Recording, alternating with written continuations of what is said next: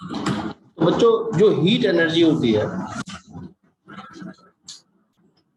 अगर हमें उसे निकालना है in terms of electrical quantities, heat energy को अगर हमें इलेक्ट्रिकल क्वांटिटीज की टर्म्स में निकालना है, इलेक्ट्रिकल क्वांटिटी कौन कौन सी होती है बच्चों?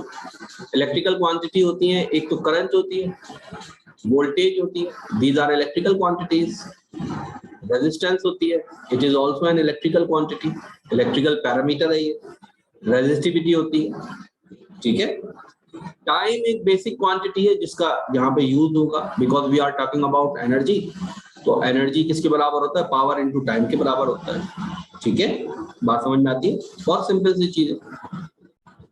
तो आई वी आर रो टी, इसके साथ साथ एक इलेक्ट्रिकल क्वांटिटी और बची, चार्ज की वैल्यू क्यू, है ना। बात समझ में आती है? तो इनकी टर्म्स में इलेक्ट्रिकल एनर्जी को हमें कन्वर्ट करना है किसमें? Heat energy. ये हम कहाँ देखते हैं डेली अपने यूज में? हम कहाँ देखते हैं? कोई एग्जांपल मुझे बता सकते हैं आप? बोलिए। जहां इलेक्ट्रिकल एनर्जी हीट एनर्जी में कन्वर्ट हो रही हो, बता सकते हैं कोई? इलेक्ट्रिक कहां पर? आयरन में कन्वर्ट हो रही है, सही बात है। आयरन के इलेक्ट्रिक हीटर, इलेक्ट्रिक हीटर में कन्वर्ट हो रही है, गीजर में कन्वर्ट हो रही है। Yes geyser. तो ये एक्चुअली में मैंने आपको पहले भी बताई थी ये बात कि हम इलेक्ट्रिकल एनर्जी को डायरेक्टली यूज करते ही नहीं है अपनी लाइफ में कहीं पे भी। इलेक्ट्रिकल एनर्जी की हमें कोई जरूरत ही नहीं है, हमें बेसिकली हीट की जरूरत है ना। हमें किसकी जरूरत है? मैकेनिकल एनर्जी की। पंखा चल रहा है ऊपर, हवा की जरूरत है हमें जब सर्दियां होती हैं उस वक्त अपने रूम को हीट करने की जरूरत होती है, हीट एनर्जी की जरूरत होती है कि नहीं? हमें साउंड एनर्जी की जरूरत होती है, जब हम माइक पर स्पीकर पे किसी से बात करते हैं तो साउंड एनर्जी की जरूरत होती है। तो हमें आप देखेंगे बहुत ही रेयरली जरूरत पड़ती है किस चीज की? हीट एनर्जी, इलेक्ट्रिकल एनर्जी की।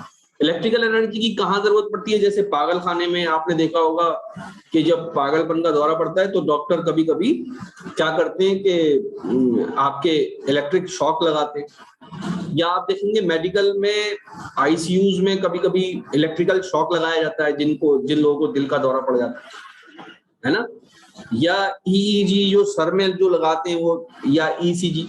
तो हमें बहुत ही रेयर ही जरूरत पड़ती है इलेक्ट्रिकल एनर्जी की डायरेक्टली।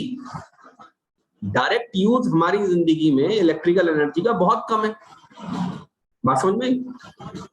लेकिन इनडायरेक्ट बहुत ज्यादा है। आप देखेंगे घर में जितनी भी एनर्जी के काम हो रहे हैं, गीजर चल रहा है, इलेक्ट्रिक आयरन चल रहा है, लैपटॉप हम यूज कर रहे हैं, हम मोबाइल यूज कर रहे हैं अपना, हम इलेक्ट्रिक टोस्टर यूज कर रहे हैं, मिक्सी यूज कर रहे हैं, हम इंडक्शन हीटर यूज कर रहे हैं। There are so many devices in our home जो भी एनर्जी वाले, जिनसे हमें एनर्जी जिनकी एनर्जी की हमें जरूरत होती है, जिनके लिए, उनके लिए इनपुट एनर्जी हम इलेक्ट्रिकल एनर्जी ही देते हैं, आउटपुट एनर्जी हमें किसी और फॉर्म में मिलती है, बात समझ में? तो उसमें एक बहुत बड़ा जो पोर्शन है वो हीट एनर्जी का है। तो हीट एनर्जी बेसिकली हमें किसकी टर्म्स में पढ़नी है? हमें पढ़नी है इलेक्ट्रिकल पैरामीटर्स या इलेक्ट्रिकल क्वांटिटीज की टर्म्स में, बात समझ में आई? हीट एनर्जी के और भी बहुत सारे फॉर्मूले होते हैं जिनको आप 11th क्लास के अंदर पढ़ेंगे। 11th क्लास में आपको थर्मोडायनेमिक्स का एक चैप्टर पढ़ना है पूरा, तो उसमें हीट पढ़ेंगे। लेकिन यहाँ 10th क्लास के अंदर जो आपको इलेक्ट्रिकल एनर्जी, वो हीट एनर्जी का फॉर्मूला पढ़ना है, वो बहुत ही सिंपल है। सबसे पहले तो आप एक बात ये समझ लीजिए कि जो आपकी एनर्जी होती है वो क्या होती है? एनर्जी, कोई सी भी एनर्जी, एनर्जी का जो जनरल फार्मूला होता है वो होती है बच्चों, क्या होता है? Power into time. एनर्जी कैसी क्वांटिटी होती है? एनर्जी स्केलर क्वांटिटी होती है, स्केलर क्वांटिटी होती है। पावर कैसी क्वांटिटी होती है? It is also N scalar quantity. Time कैसी क्वांटिटी होती है? It is also N scalar quantity. तीनों ही स्केलर क्वांटिटी होती है, बात समझ में आ गई? तो एनर्जी किसके बराबर होती है? कोई सी भी जनरल फॉर्म, कोई सी भी एनर्जी तो जर्नल फॉर्मूला क्या है, energy is equal to product of power and time. तो किसी भी मशीन के पास, इक्विपमेंट के पास, इंसान के पास, जानवर के पास पावर होती है अपनी, ये बात याद रखिए। वो पावर जब वो स्पेंड करता रहता है कुछ टाइम तक, तो उस टाइम से मल्टीप्लाई करने के बाद हमको क्या मिलती है, एनर्जी मिलती है। बात समझ में आ रही है? ठीक है, कि हम सबके पास क्या होती है, पावर होती है, और एनर्जी वर्क डन की शक्ल में स्टोर होती है हमारी बॉडी के अंदर। जैसे फॉर एग्जांपल हम सब लोगों ने खाना खाया दोपहर में, तो खाना खाया तो उसकी खाने की जो बॉन्ड थी वो हमारे वो बायोलॉजिकल जो बॉन्ड थी वो हमारे पेट में गई, हजम हो गई। अब हमारी मसल्स के अंदर एनर्जी आ चुकी है, एनर्जी आ चुकी है बहुत सारे डिफरेंट वर्क करने की, तो हमारे पास पावर है। बात समझ में आई? अब जब इस पावर को हम स्पेंड करेंगे तो कुछ टाइम लगेगा, तो उस टाइम से जब उस पावर को जो हमारे पास है या जिस रेट से हम वर्क कर रहे हैं, जब टाइम से मल्टीप्लाई करेंगे तो क्या बन जाएगी, वो एनर्जी बन जाएगी। क्या बन जाएगी? एनर्जी बन जाएगी। क्लियर हो गई बात? अब अगर यही इलेक्ट्रिकल एनर्जी हो तो ये पावर कौन सी पावर होगी, इलेक्ट्रिकल पावर होगी। अगर एनर्जी आपने इलेक्ट्रिकल कर दी तो पावर भी इलेक्ट्रिकल हो जाएगी। तो अगर ये इलेक्ट्रिकल पावर आप कह रहे हैं तो इसके तीन फॉर्मूले होते हैं, तीनों को समझ लीजिए। ठीक है, एक फॉर्मूला क्या होता है, I स्क्वायर इंटू आर।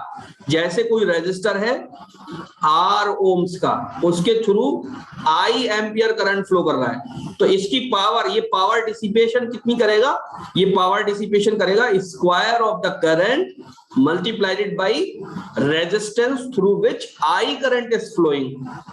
क्या आप सबके समझ में बात आ गई? ठीक है, क्लियर हो गई? तो ये पावर हो गई। इसी पावर को अब आप for example I current R resistance के हीटर से फ्लो कर रहा है और वो कुछ सेकंड तक किया। कितने सेकंड तक किया?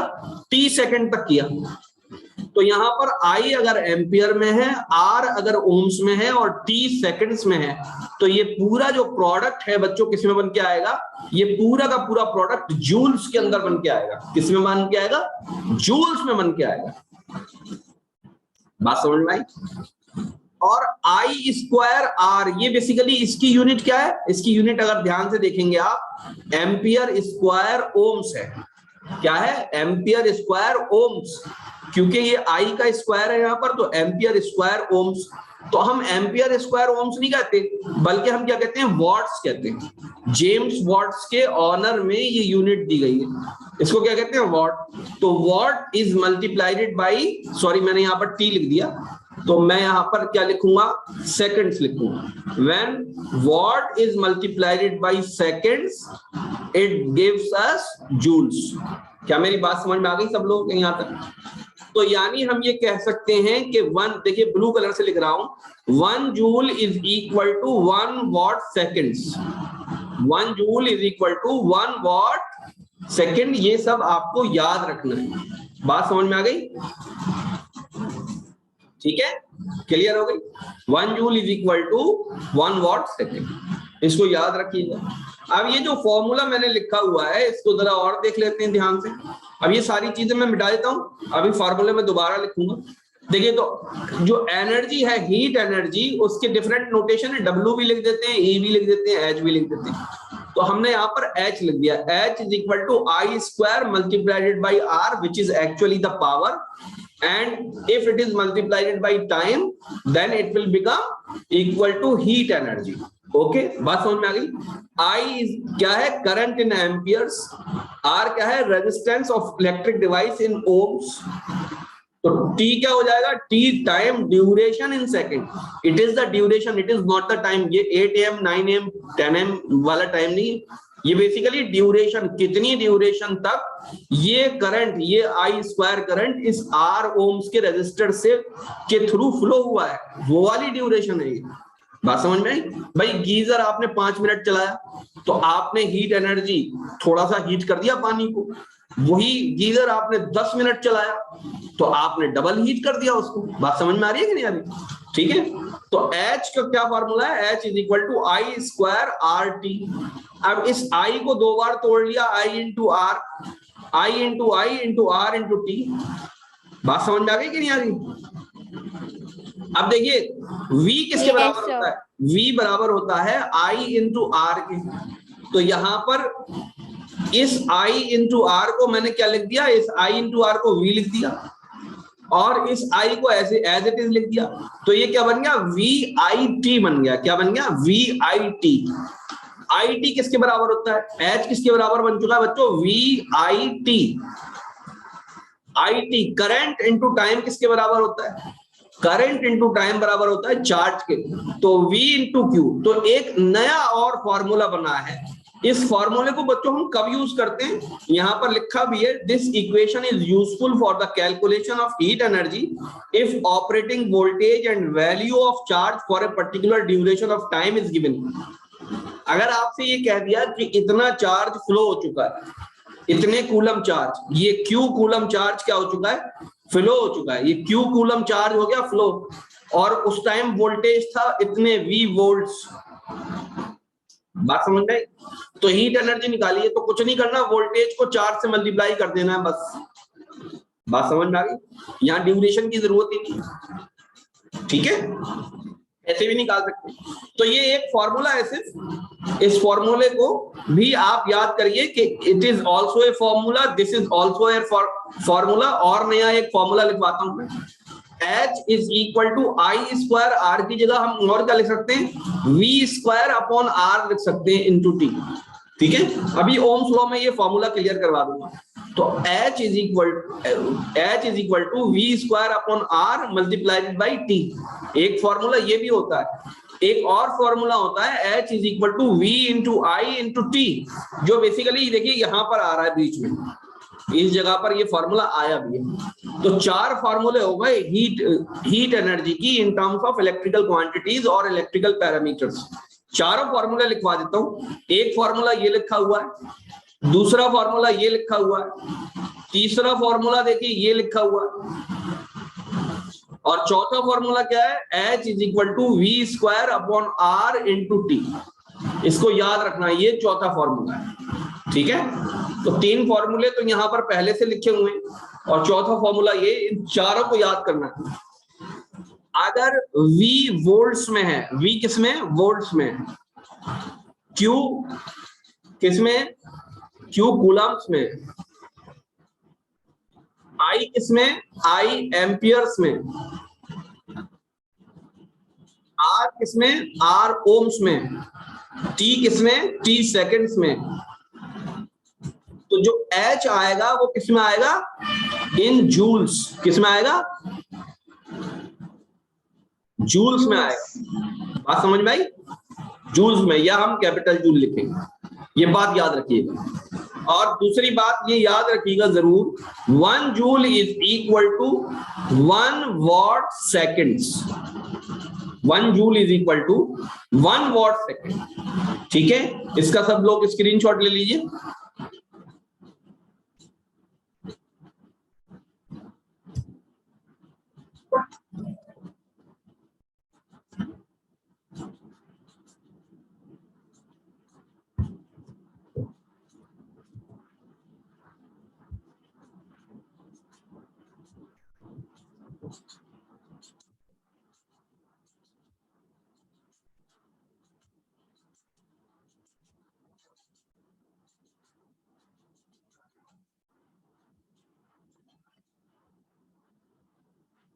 ठीक है, इतनी बात समझ में आ गई?